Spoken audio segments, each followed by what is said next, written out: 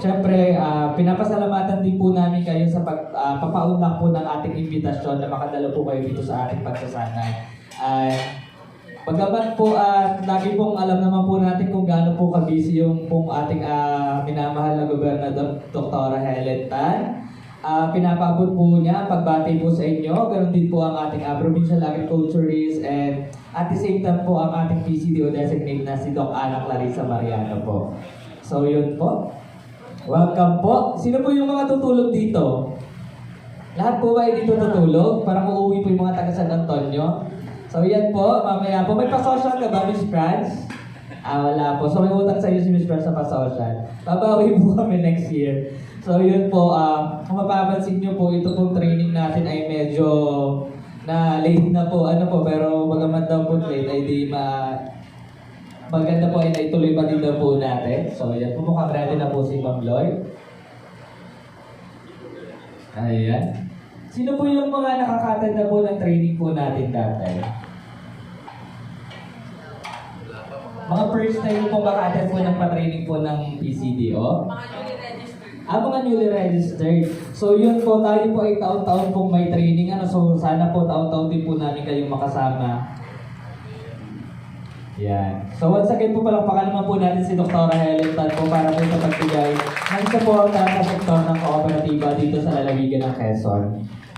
So ngayon po, tawagin na po natin ang magbibigay kaalaman sa atin, magpapatalas ng ating isipan para mas maunawaan po natin ang ating mga gampanin sa ating kooperatiba from Cooperative Development Authority, Ma'am Lloyd Sasalonga. Palakpakan po natin po natin.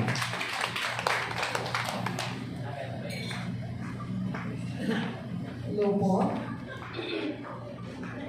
Mababa ba? Okay lang po. Taasa natin. Kita? Kita ng mga nasa likod? Yes, makita ko. So, magandang umaga po. Hindi ko alam kung alin ang tawag na. Yeah. Napataas yata.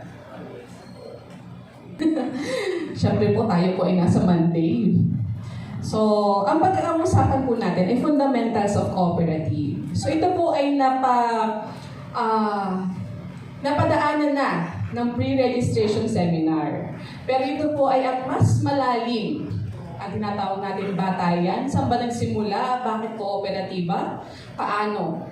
Ano po? So, medyo ito yung isa sa aming requirements para kayo makakuha ng compliance, certificate of compliance, na kung saan ginagamit ito pag-a-apply sa BIR, pagkukuha kayo ng mga grants, and loans. Kailangan mapatunayan, ito yung certificate of compliance, yun ang nagsasabi na maayos ang inyong kooperatiba at sumusunod sa batas na sumasako sa coop. So, para sa pasimula, ito po ang ating